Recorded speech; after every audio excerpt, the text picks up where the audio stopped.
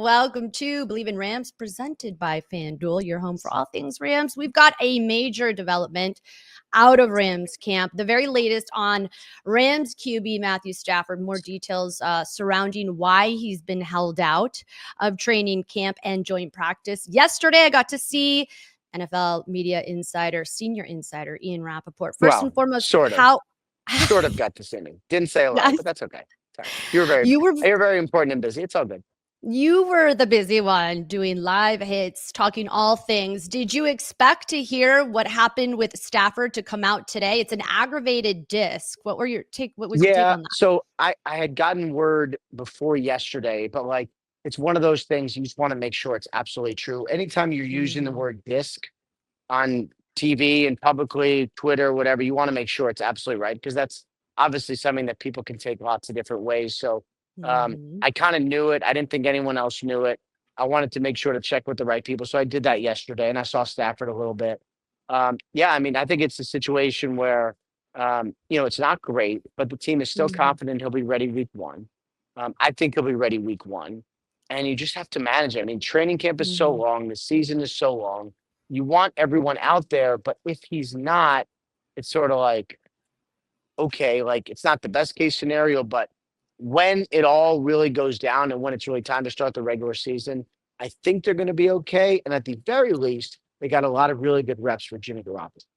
Yeah, I mean, that's the one thing that coach has definitely emphasized being there in training camp is how much faith he has in Jimmy Garoppolo, calling him the best QB, backup QB in the NFL. Certainly good. I think that might be right, as a matter of fact. For you, your opinion, you think he's the best backup QB in the league?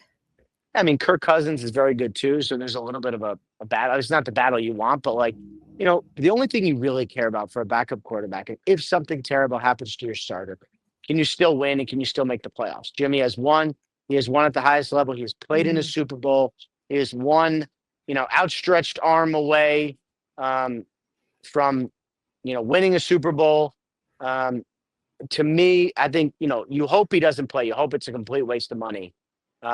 But I think if he does have to play, I think they're in a good place. I mean, he looked really good yesterday at joint practice. He was throwing some serious heaters to Puka and, of course, Devontae Adams, but it's not Matthew Stafford. So when do you start hitting the panic button with Stafford? A lot of the fans are saying, hey, it's like, get him out there. There's some new key players on offense. At what point, Ian, do you hit the panic button if you're a Rams fan?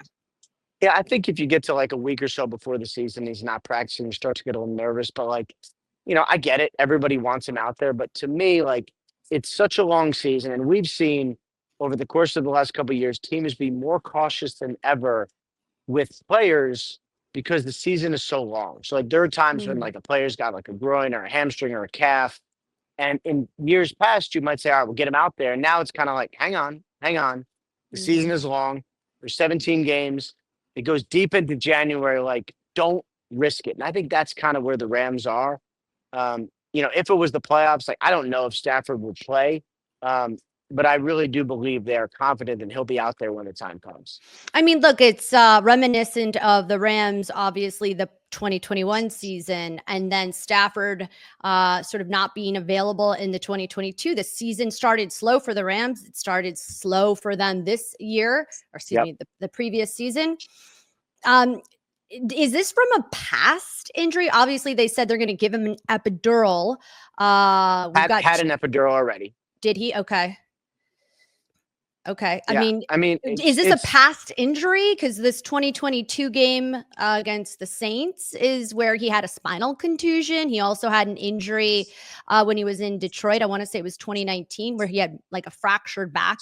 Is this from a past injury, or is it, like you said, just age, wear and tear? He's 37. Yeah, I think he's 37. I mean, Stafford's awesome. He is a rock star, and still's got as good as arm as there is in the NFL, but he's been hit a lot. He's been through it, and like when you get to be this age, like I don't get hit at all. And my back still hurts when I wake up. I'm 45, but he's not quite there yet, but he's almost there. And I think it's okay. Like these veteran quarterbacks, the only thing that matters is like, are they on the field upright when it comes time to play the important games? And I still believe that, Stafford is going to be, and it's it's uncomfortable now. And if again, I believe he'll be ready to start the season. But if he's not, I still think it's going to be okay, because Mhm. you want you want training camp. You want to be out there. I think you'd like to have him connect with Devontae and all the other new pieces on offense. But it's okay if Okay. you get into next week and he's not. I think sooner rather than later he'll be back out on the field. Yeah, yeah. Here with NFL Media's senior insider, Ian Rapoport, to discuss Matthew Stafford here for Believe in Rams, presented by FanDuel.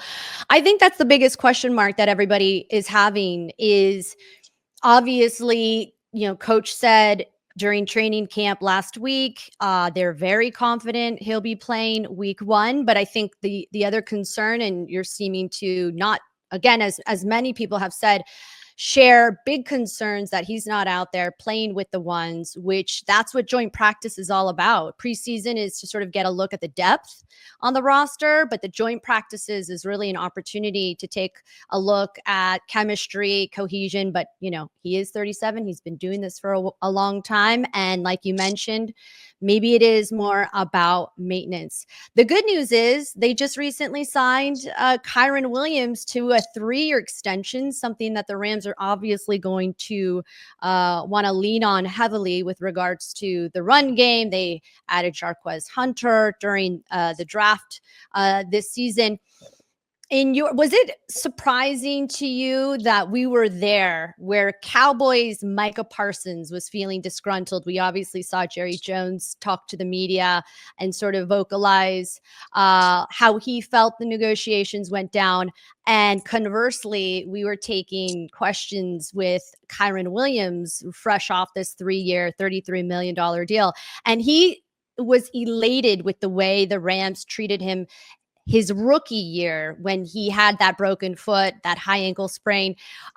It's surprising how these two front offices, and do you notice it, how they approach signing star players and dealing with their contracts. Do you feel like there's a notable difference between the two teams? Yeah, I mean, the Rams have always been really proactive with contracts. I mean, as soon as guys can start talking about new deals, the Rams usually do because they know the price goes up, right? I mean, Mm-hmm. Kyren Williams is not going to be the last running back signed, I don't think, signed this training camp. If James Cook probably will be if he gets his deal done. So if you're the Rams, you'd like to get it done first because the price, contracts are based on the previous player's deal. So I think it makes sense. I thought the deal was certainly reasonable. I think Kyren Williams deserves a payday, Mm-hmm. has been sort of the bell cow and one of the better players on offense at a position that usually isn't rewarded like that. I was happy to see him get the deal, and I thought that was pretty richly deserved. Yeah, absolutely. He was elated. He was going to call his mom as soon as he was done with practice just to Love make that. sure it was real because he couldn't believe it. Love it. Tell us where you're at because I feel like you're at a division foe potentially. Where are you right now, Ian? I am, as a matter of fact. I'm at the Arizona Cardinals. Just I was posting up so I could rest my arm because I'm holding this phone. Watching practice, talk to Kyler Murray on the insiders. Really, really good experience, really fun day. The last of my training camp tour, and I'm looking forward to getting back home, to be totally honest. But a team, this is a team that I think has added a lot of weapons. Yeah. This offseason has gotten better and probably for the first time has the personnel to really compete with teams like the Rams. So, I think this division is always fun to watch, but probably going to be a little more fun this year. Yeah.